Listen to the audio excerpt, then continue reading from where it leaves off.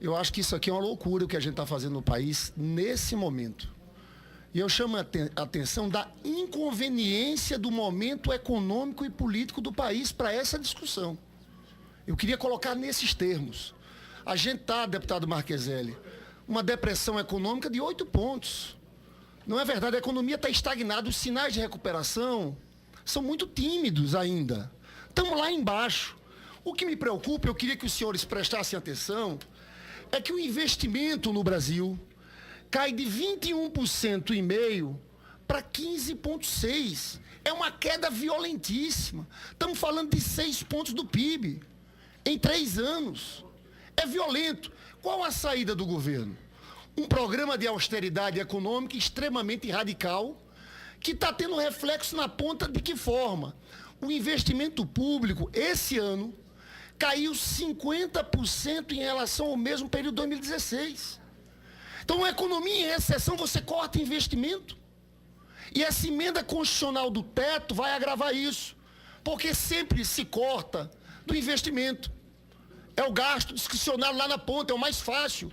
É isso que está acontecendo no país, no momento de recessão econômica. Senhores, o presidente Lula fez superávit primário em praticamente todos os seus anos do governo. A Dilma só não fez em 2014.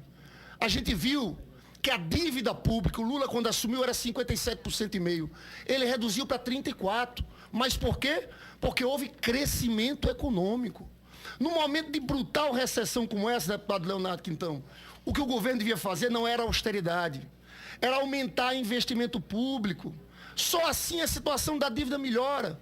Porque nós estamos há 3 anos, eu fui um crítico do Levi aqui, nós estamos há 3 anos com a mesma política. Os senhores diziam em 2015 que o problema é que a Dilma gastou muito. E a gente dizia, como gastou muito? Ela fez um ajuste fiscal violentíssimo. O que houve foi frustração de receitas. E é isso que continua acontecendo no Brasil. Mais corte, mais ajuste.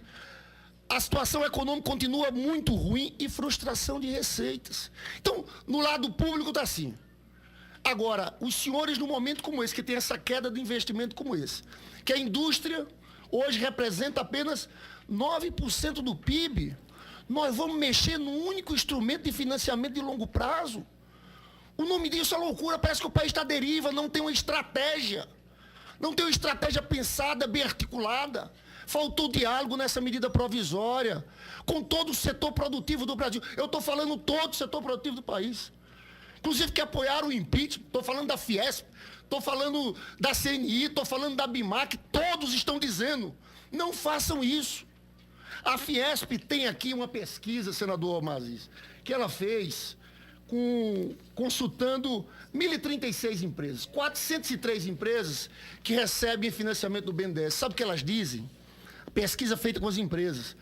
66% das empresas entrevistadas reduziriam investimentos previstos para os próximos 2 anos, caso a TJLP fosse alterada. Isso aqui devia servir como tema definidor para a nossa decisão. Porque, veja bem, volto a dizer, o investimento está lá embaixo. Nós vamos criar esse elemento de insegurança num momento como esse. Eu vi aqui a proposta do senador José Serra.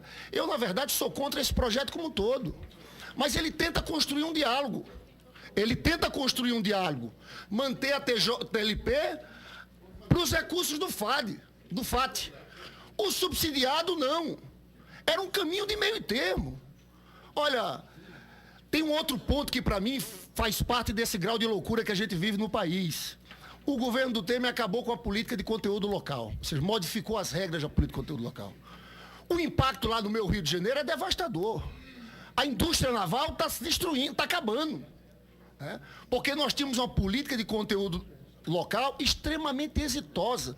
Eles acabaram para frente e agora estão querendo acabar para contratos de 2005.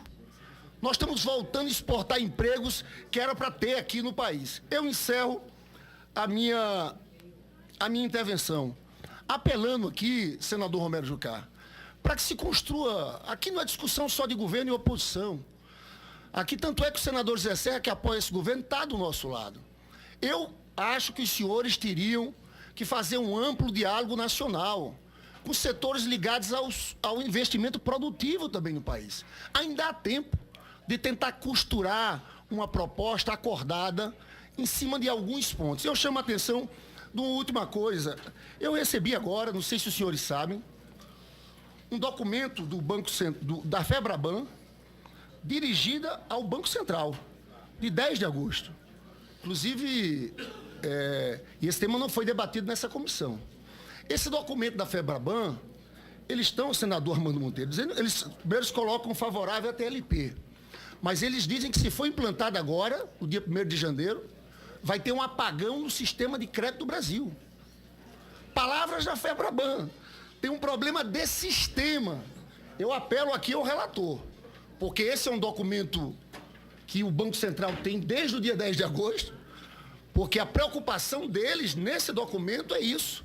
Você criar, por falhas, por problemas de sistema, um apagão no sistema de crédito brasileiro. Eu acho que e eles pedem o adiamento do início de implantação, em vez de ser 1º de janeiro, da TLP, para 1º de agosto de 2018, para que eles possam se adequar. Eu encerro dizendo o seguinte: o presidente da Academia Brasileira de Ciências, Luiz Davidovich, se referindo à ciência e tecnologia no Brasil, na verdade houve um corte de 44% em relação ao mesmo período de janeiro a maio de 2016. Centros de pesquisa estão fechando, laboratórios estão fechando. Ele diz o seguinte: só dá para entender o que está acontecendo com a ciência e tecnologia brasileira, só dá para fazer uma analogia a um país sendo invadido por uma potência externa. Eu, sinceramente, quando olho para isso aqui, parece isso. A falta de um projeto nacional, de uma estratégia de crescimento econômico no país. Os senhores têm que botar a mão na cabeça. É uma loucura o que os senhores estão fazendo. No meio de uma recessão como essa, eu até admito essa discussão no outro cenário, quando a economia estiver crescendo. Isso aqui, para mim, desculpe os senhores, não tem outro nome senão loucura. Loucura. Não faz parte de uma estratégia pensada para o país. Estão escutando o Deus Mercado, quando a gente vê que tem dúvidas. E o senador Serra me dizia, eu dizia, senador Serra, isso aqui é obra do sistema financeiro, são os bancos que querem isso aqui. Eles diziam, não, até os bancos estão com dúvida desse negócio, né? E todo o setor empresarial ligado à produção é contra. Então, um bom senso, a negociação até a aprovação final dessa medida provisória seria o melhor caminho. Eu apelo, inclusive, para a capacidade de entendimento que o senador Romero Jucá consegue ter aqui, para que a gente consiga avançar